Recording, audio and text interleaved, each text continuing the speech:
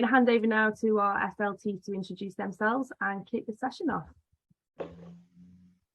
Okay, so yeah, welcome everyone. It's really lovely to see so many people.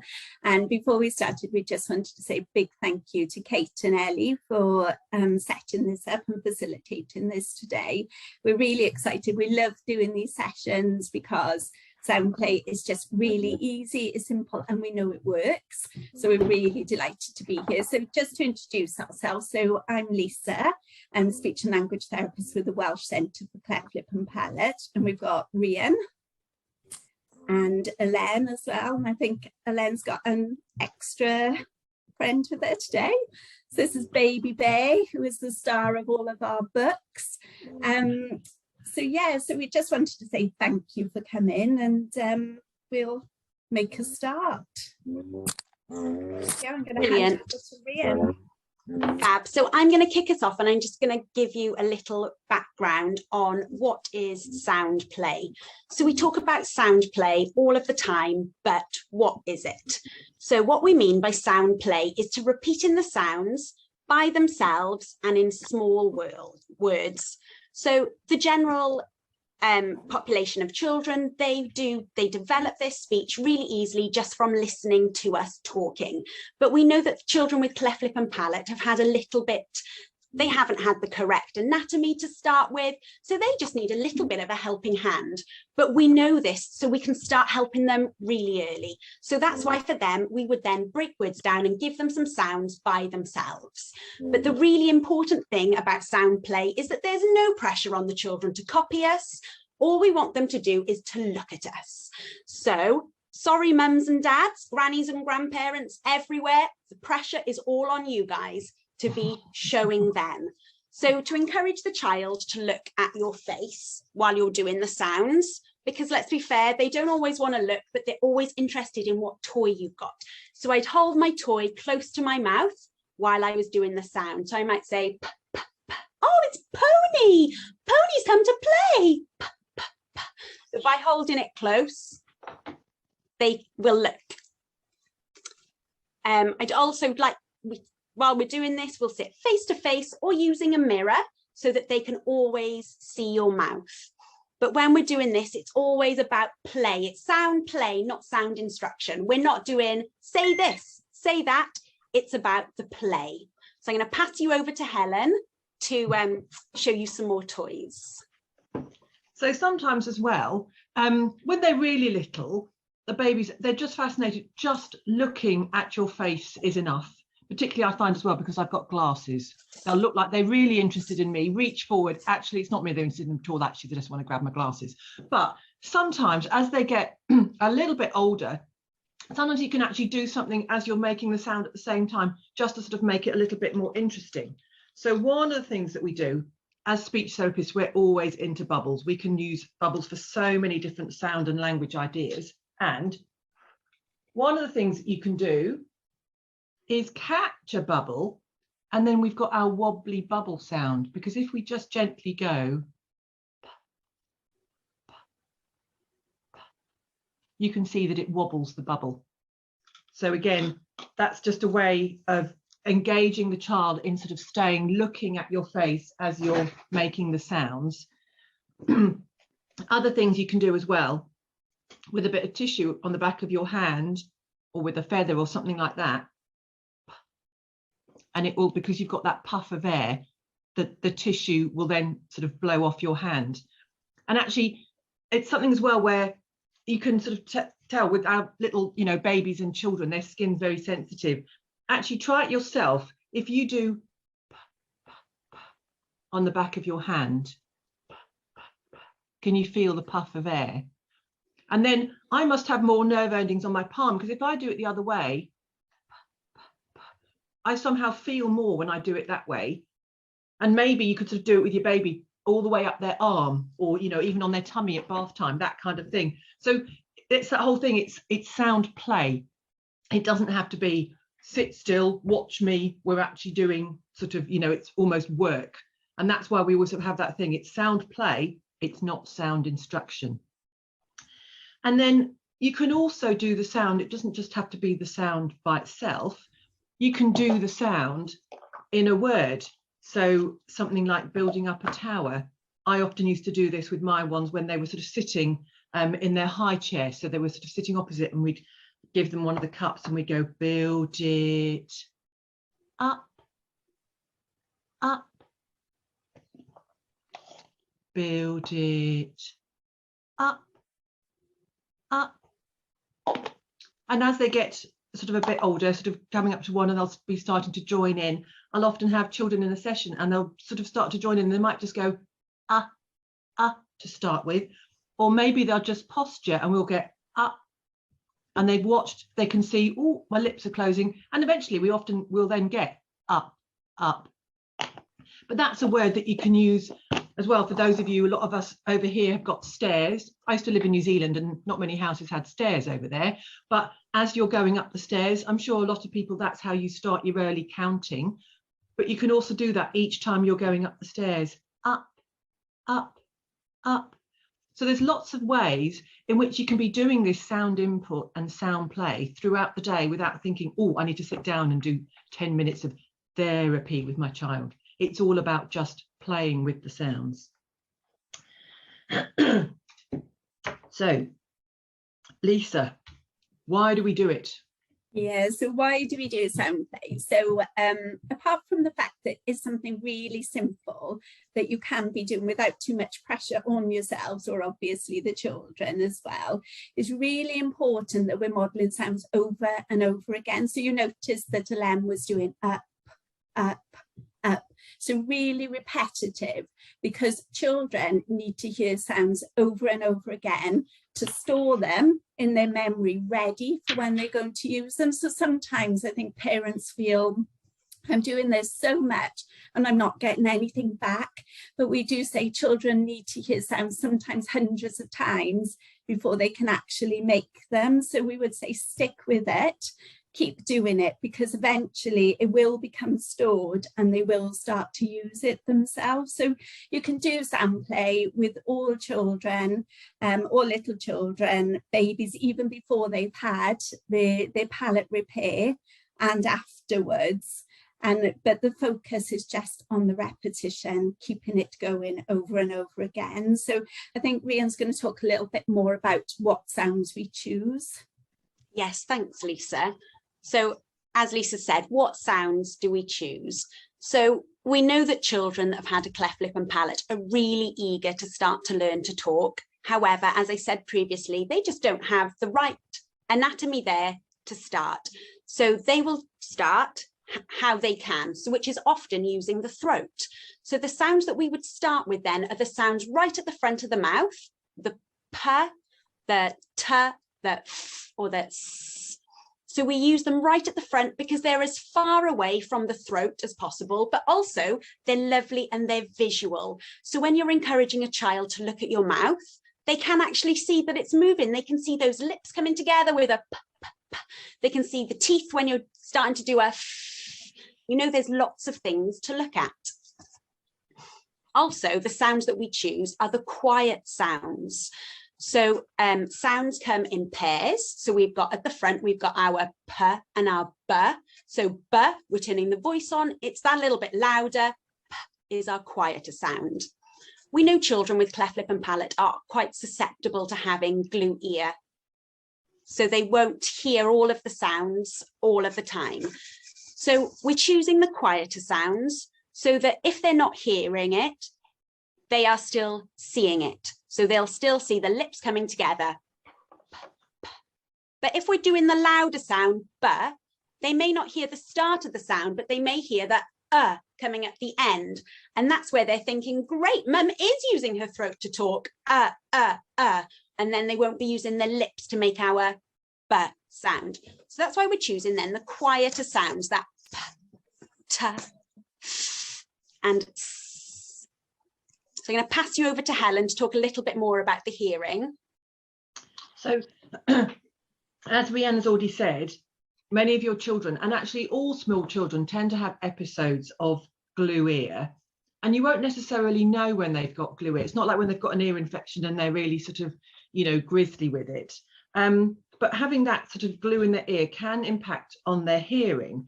So we know that by hearing, sort of making sounds close and face to face, it makes it easier for children to notice them and to pay attention to their sounds.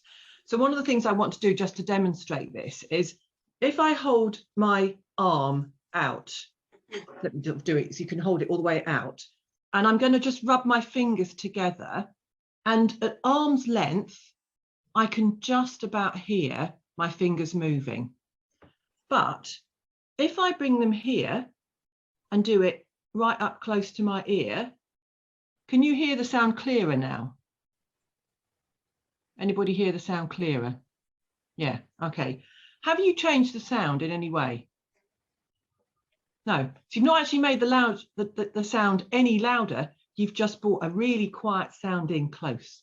And that's basically what we're saying to do with the sound play.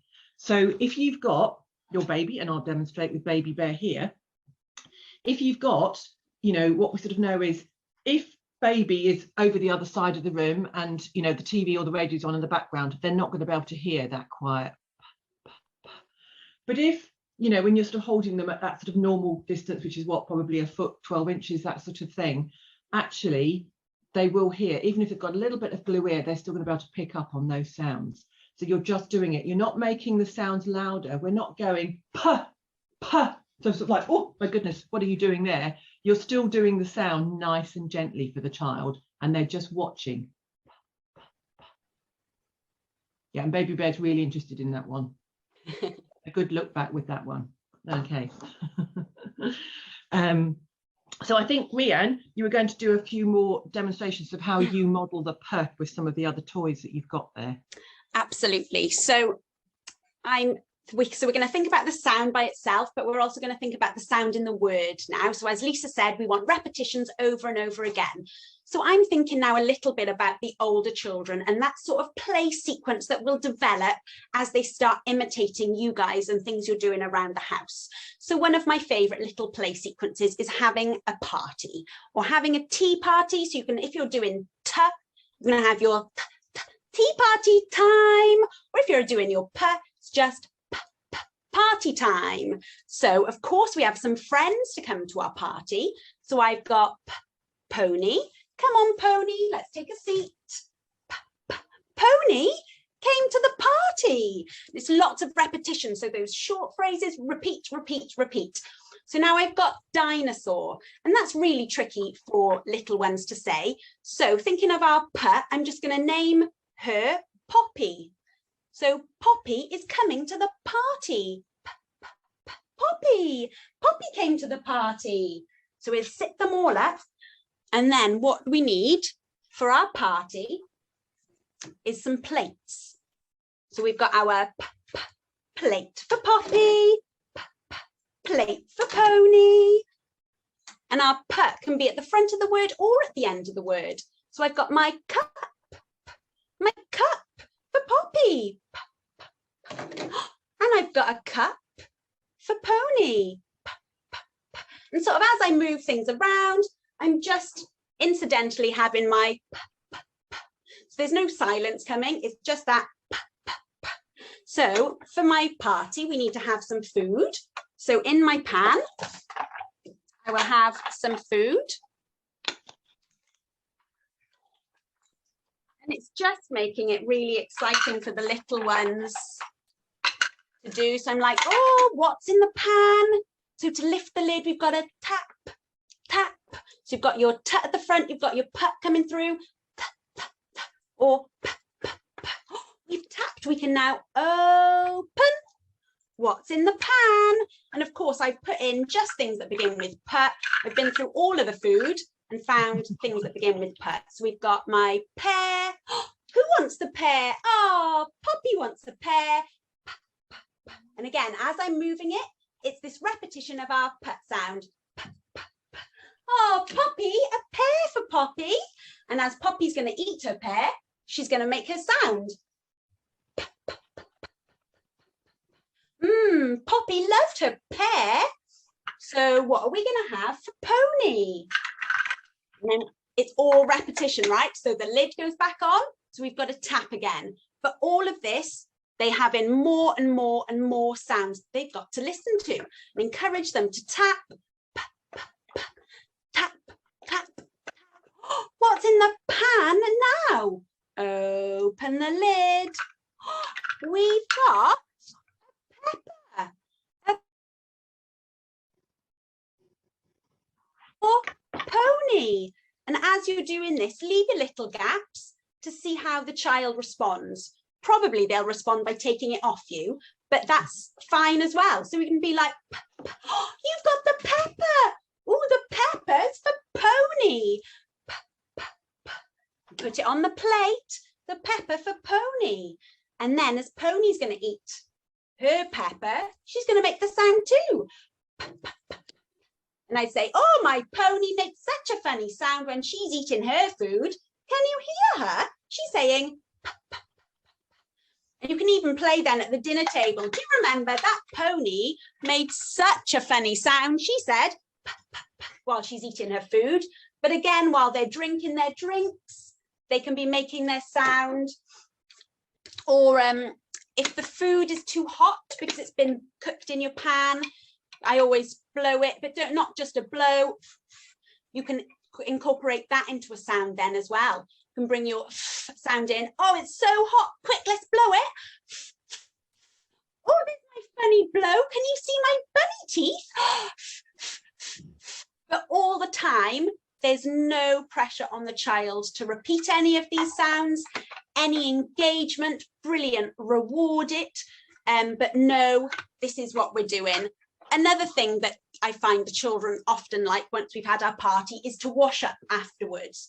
So thinking about after tea, we always clean the kids' hands, we clean their face, there's food everywhere. So we can clean Poppy's face. And I say, oh, look at this.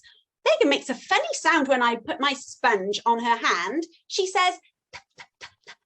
Oh, it must tickle. Tap, tap, tap. If I rub her tummy, listen, that one says, and suddenly it's a simple activity. It's just the sponge going over our dinosaur here, and every time it hits a different part, we're making a different sound, but all of those sounds are right at the front of our mouth so the child can see it. There's loads of repetition.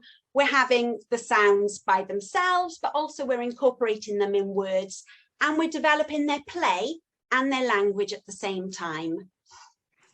And I often find when I'm doing that kind of thing in a session, and without it sort of sounding like we're sort of being judgmental, often having to sort of, you know, remind the parents not to tell the child to join in, because it's something that they will just, if they're comfortable, they'll often, like sort of Rhiannon says, they might start to reach for one of the toys. And often I'll find as well is when the focus is off them, maybe we've done something like a little play sequence like that, then I've turned and I'm talking to mum or dad or whoever's brought the child will then often start to act out doing what we've just done when we're not watching, when we're not looking at them. And that's that sort of almost the silent rehearsal, or maybe they'll even start joining in with some of the sounds, but very much that whole thing about them not feeling that there's any pressure that they've got to somehow perform or do something. And I know as well, it's that sort of thing, particularly when you're bringing your child to speech therapy, you're desperate for us to hear them. You want us to be able to hear what sounds they're saying, but we always sort of saying, don't put any pressure on, just telling them that they're coming to see us. We've got some lovely toys, you know, that whole thing about it's not coming to hear the speech lady doesn't want to hear your good talking, you know, all of that kind of sort of thing. It literally is. And it looks like to the untrained eye that Rhiannon's just sitting there playing, you know, having a lovely time by herself, but actually there's a lot of thought gone into the vocabulary that we're using and that what we're doing, and again just that exposure to the sound all the time. I'll just show you a couple of other different things that I use, again going back to sort of single sound, and even with the older children sometimes they'll be still quite interested, particularly if they're not yet able to use the sound, doing something that engages them still just at that single sound level. So doing things, I'm always being teased by my colleagues at work because I've always got my cotton reels with me, but doing something like threading the cotton reel, and if it's one of the short sounds that we've talked about, just doing something like, oh, hang on, I'll do it with the yellow one, you'll be able to see it a bit better. Something like,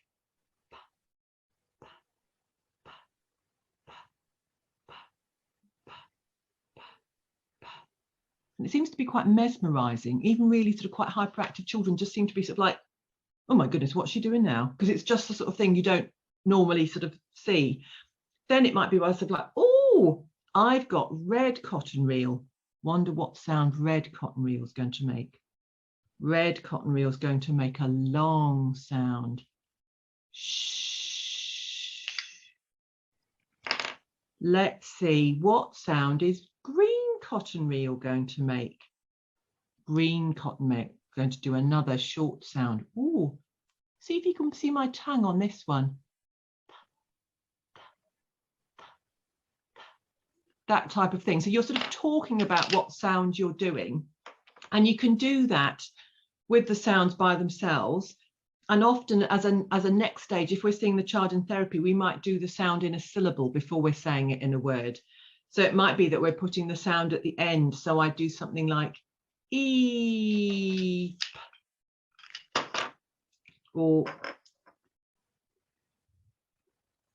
oosh, you know, that kind of thing. As well in therapy, these sorts of things, like good old popper toys. What did we do before we had popper toys? And again, even little ones, you know, just being able to press them through, modeling the different sounds. And another golden oldie that I found, a friend gave this to me when she retired, the good old sort of puppet on a stick. And this one's great, again, for doing that word final p. So we can go up, up, up, up, up, peepo, and down. Oh, should we do more? Up, up, up, up. And you get the idea. And it always sort of feels a bit like you're sort of almost sort of doing it to death, where you're being so repetitive. But it's amazing actually how much the children will attend, because it's something different, and you know, you're just sort of keeping the focus on just making the sounds soft and gentle as they're watching. So Helen, we've had sorry, go on. I was going to say, we've had a question in the chat to say, at what sort of age would you be doing this play? So what Helen's been demonstrating with the single sounds, those cotton reels, the up, peepo, we start that formally in the Welsh Centre from 9 months. We know that children start babbling with intent from 6 months. So from 9 months, we would start doing this sort of play. My sort of sequence of play, which has got a little bit more language, a little bit more complexity to it, I would say starting from a year to 18 months, depending on where your child's attention is and how engaged they are. And I'll be honest, my oldest child wouldn't have sat for something like this. He was very into vehicles, and it would have all had to have been around a train set. And it's sort of adapting it then to what your child's interested in. So if it is trains, that's great. Let's have some bumps. They go bump, p, p, over the bumps, or, do you know, bring it into a car wash or something like that. And it's just, all children are different, so we can't give you the very exacts, but there's a loose idea for you. I hope that's okay. Yeah, and just to say as well that any toy can make any sound. So a car doesn't need to say brum brum necessarily. It can say p, p, p. So like Rhian is saying, just use whatever your child is interested in, follow their lead, use their toys, and just try and incorporate some of that modelling into it. And with other things, we're sort of talking about, we've got our remember it's sound play, and it's not sound instruction. And it's also about the fact that we're talking about the sound sort of being visual. Now, some sounds you know you can't make visual, sort of like the k, you can't really sort of see, you know, what you're doing with it, because it's about children seeing the sounds. Obviously they've got to hear them, but sort of seeing them as well. And that was one of the things with the impact of the pandemic, was the fact that children didn't see sounds because everybody was going round, you know, we've got masks on. And again, I mean, there's not been some huge big sort of research study done, but overall they're sort of saying that they think there's been an impact on children's, particularly their speech development, more than their language development. And that sort of, to me, that kind of makes sense, because you do, part of how you learn sounds is that you do see that you can see that your lips move up and down, or they come forward for something like a w or a sh, that kind of thing. So other sounds as well, it's about sort of thinking, you know, how you can make them. So Rhiann's already said about with the sound, doing things like blowing on hot food, which a sound, we'll often give them a name. So like we could with the p, as they're older, we'll call it our wobbly bubble sound. So without sound, we often call it a leaky balloon sound, because if you blow up the balloon and let the air out, it does that sort of sound. So, but you can do it at the ends of words as well. So each time when you're getting undressed, when they're taking their socks off, with those long sounds, you can keep them going. Whereas with up, you know, you can't keep the p sound sort of going. You can model it afterwards. But with the longer sounds, so something like off, take your t-shirt off, or again with the little ones with something like the good old sort of stacking rings, again just playing a game where we're taking it off, take it off, and then they can hand it and go bang bang, or you know, whatever. And you might have noticed us doing it, and maybe your speech therapists and your cleft teams have shown you this as well. But with the sounds that we make with our tongue behind our teeth, we model it so that the children can actually see the tongue. So instead of doing a t, t, t, we just make it a little bit more visual. So we go so that they can see to bring their tongue forward, because otherwise they'll tend to use sort of throat or sort of back sounds if we don't sort of make it sort of really visual for them. So I think, Lisa, you're going to tell us about Baby Bear and how we sort of came about the book. Yes, so we've talked a lot about sort of play activities, but we've also just touched a little bit on sort of how you can incorporate it into your daily activities. So Ellen was just saying then about when you're undressing the child, so you can take the jumper off, you can take the socks off, and that kind of repetition is a lot of what we do in the early stage. So our book came about on a brief discussion really about how we can help parents and also teaching assistants in nursery schools to be able to help their children. Something really simple. I mean, there's huge benefits to having a book and sharing books with children anyway, but this came about because we thought we wanted to be able to give people something that they can really simply use at home, and it's going to help to kind of reinforce how we do playing with sounds. So our book, all three of our books, they incorporate sound play. So they're based on the principles and how you can use sound play within your everyday activities. So like we've said, we've touched on it, but other things like walking up the stairs and doing up, up, up on every step, really, really simple, but really effective because the child is hearing sounds over and over again. So our books with Baby Bear, this is what it's all about, being able to incorporate sound play into daily activities. So what we're going to do, so Rhiann's going to read one of the books to you, and then afterwards we're going to just start to have a little think about what we do in our everyday activities and how we can actually incorporate sounds into it. So we'll let Rhiann read the book first, and then we'll come back and talk a little bit more about it. Brilliant. So I'm going to read today The Sound We Found. So this was our first book, and this one was designed specifically with cleft children in mind. So here we go. It starts off, up, up, up for a sound play day.